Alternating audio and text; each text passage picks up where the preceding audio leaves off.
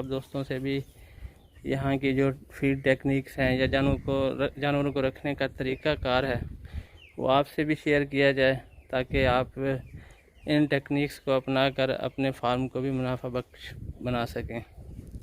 तो ये देखें जनाब, सबसे पहले तो इसमें मकई का दलिया मोटा, आटे से थोड़ा मोटा वो और चोकर मिक्स करके दिया जाता रहा है। लेकिन अब चूँकि बच्चे थोड़े बड़े हो गए हैं तो इसमें सूढ़ी भी इन्होंने शामिल कर ली है। ये देखें जी, सूढ़ी जिसको चने के छिलके को बोलते हैं, चने का छिलका ऐड किया गया है इसमें। तो ये हर वक्त यहाँ खुली में मौजूद रहता है ताकि बच्चे जिस वक्त चाहें इसको खाएं। और ये देखें जी माशाल्लाह ग्रोथ इस बच्चे की। इनको अपनी माँओं का पूरा दूध दिया जाता है वाफिर मिकदार में, जितना भी पी लें।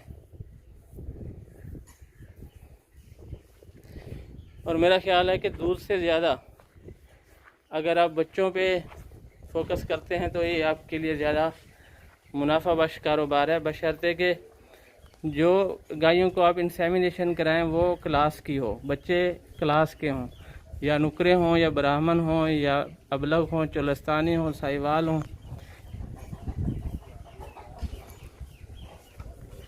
तो उन बच्चों की उन सांड के आप सीमन लें जिनके बच्चे क्वालिटी वाले हों और आगे चल के आपको उनके बच्चों से बेहतर मुनाफा हासिल हो सके।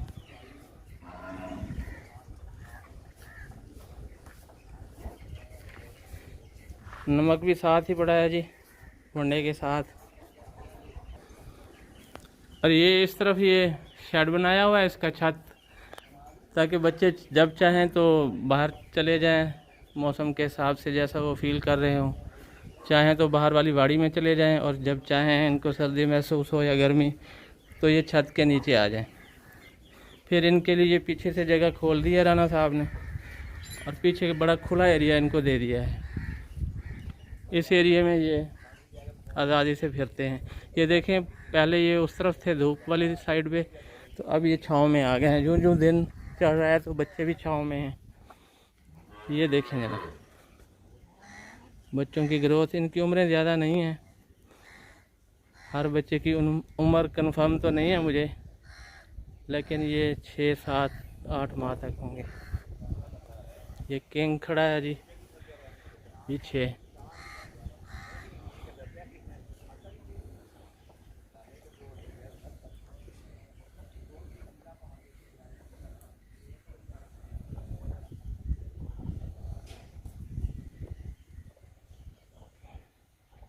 माशाल्लाह जी एक से बढ़ के एक है यहाँ पे बच्चा, क्वालिटी उनमें बहुत अच्छी है। ये देखें, ये जो चीज़ पसंद की जाती है वो इन बछड़ों की, ये नीचे नाफा है, झालर है और जनाब ऊपर कुहान और टांगों का मोटा होना। अक्सर बच्चों में ये सारी खसूसियात नज़र आ रही हैं।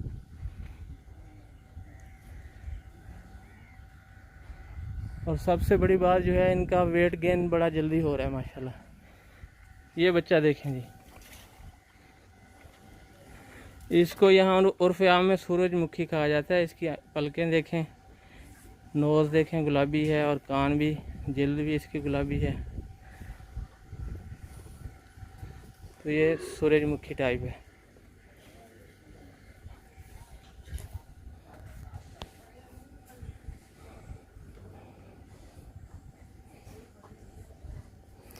दूध जो है वो आपको वक्ती फ़ायदा तो दे रहा होता है, लेकिन एक बुनियाद जो होती है फार्म की मुस्तकिल तौर पे वो नहीं इस्तवार होती। आपको फिर दूध पे ही डिपेंड करना पड़ता है। जब दूध वाले जानवर आपको दूध देना बंद कर देते हैं तो आपको वो बेच के नए जानवर ख़रीदना पड़ते हैं। इस तरह फिर आपके दूध वाले जो फार्म है उसका सर्कल चलता है, वरना जब वो ड्राई हो जाते हैं तो फिर वो बहुत ज़्यादा ख़र्चा खाना शुरू कर देते हैं और आप पे बोझ बन जाते हैं। इस तरह बच्चे पाल के जब मादा होंगी तो फिर वो 15 माह में 15 माह से पहले भी इंसेमिनेट हो जाएंगी। तो जब उनकी माँ अगला बच्चा दे रही होगी तो ये बच्चियाँ भी उसके साथ ही फिर सू पड़ेंगी। तो इस तरह सर्कल जो है ना आपके फार्म का मल्टीप्लाई होता जाएगा और आपको मुनाफा की सूरत बेहतर हो जाएगी। नफ़ा बख्श फार्मिंग के लिए आप इस पे फोकस करें तो बहुत ही नफ़ा में जा सकते हैं आप।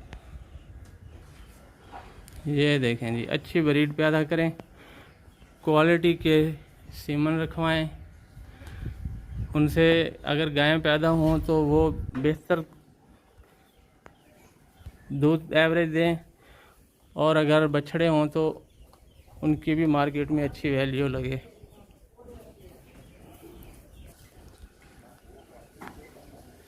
जानवर को कुदरती माहौल आप देंगे। हम जब इनको बांध के रखते हैं तो कई दफ़ा ऐसा होता है कि वो धूप में खड़ा होता है, हमें टाइम नहीं मिलता, हम वक्त पे उसको छाँव में नहीं करते, या फिर वो छाँव में होता है तो धूप में उसे हम टाइम पे नहीं ला सकते। तो इससे उसकी ग्रोथ और परफॉर्मेंस पे बहुत बड़ा इफ़ेक्ट पड़ता है। लेकिन जब हम इस तरह खुला छोड़ेंगे तो वो अपनी मर्ज़ी से पानी पिएगा, मर्ज़ी से वंडा खाएगा, मर्ज़ी से छाँव में जाएगा, मर्ज़ी से धूप में जाएगा, तो अच्छे रिज़ल्ट मिलेंगे उससे उसकी ग्रोथ पे। बछड़ों का मैंने आपको दिखा दिया फीड प्लान। अब आपको गायों की तरफ दिखाते हैं कि ये क्या खा रही हैं। ये देखें जी, फार्म पे राना साहब ने अभी मुर्गियां भी ला के रखी हैं और फार्म में जगह जगह ये नज़र आ रही हैं, पीछे भी मैंने देखी थी। तो इससे ये फ़ायदा होता है कि जो कीचड़ लगे होते हैं जानवरों को ये साथ साथ खाती रहती हैं, तो आपको आइवरमेक्टिन का ख़र्चा बच जाता है। और सबसे बड़ी बात कि आइवरमेक्टिन से जानवर को जो स्ट्रेस आता है उससे भी आप बच जाते हैं। आइवरमेक्टिन लगाने से चूँकि जानवर स्ट्रेस में आता है तो उससे भी जानवर महफूज रह सकता है। गायों के लिए ये जो तरीक़ाकार है अनमोल कैटल फार्म पे, तूड़ी है इसमें फ़ी जानवर गलबन 3 से 4 किलो, और पानी है उसमें 10 से 12 किलो, खल सरसों है, खल बनौला है और वंडा है। इसमें आयल सरसों भी इसमें ऐड करते हैं राना साहब। तो ये हर वक्त गायों को दस्तयाब होता है। ये देखें, अब तकरीबन 11 बज रहे हैं, जानवर अभी तक इसको खा रहे हैं। जब चाहता है ये दिल चाहता है ये बैठ जाती हैं, और जब इनका दिल चाहता है ये खाने पे लग जाती हैं। दूसरी तरफ ये भी भरी हुई है खुरली, ये देखें ये भी आई है इधर।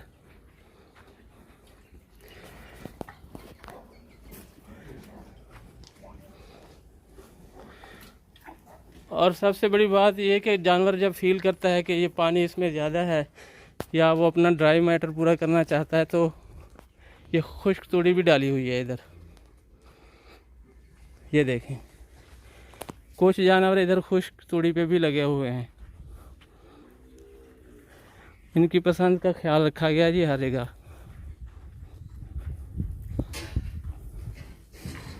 ये देखें, अब ये चाहें तो खुश्क तूड़ी से टेस्ट बदलें, और जब चाहें तो ये पानी वाला निज़ाम इनके लिए भी तैयार है। इधर मिल्किंग के टाइम उन बच्चों को खोल दिया जाता है वाड़ी से, और जब वो भागते हैं अपनी माओं की तरफ तो वो देखने वाला होता है नज़ारा। सारे फिर अपनी अपनी माओं को ढूंढ लेते हैं। ये देखें, ये अब भी बाहर है,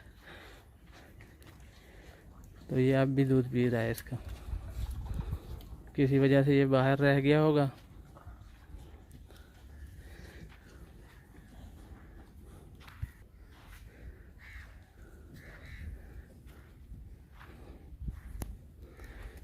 आज मुझे यहाँ मलका नज़र नहीं आई, भागनाड़ी। इसी तरह ये गायों का शेड है, इस तरफ ये छत्ता हुआ है, इसको छत लगाई हुई है, और इनके सामने भी ये छोड़ा हुआ है। ये भी आज़ादी से फिर रही हैं।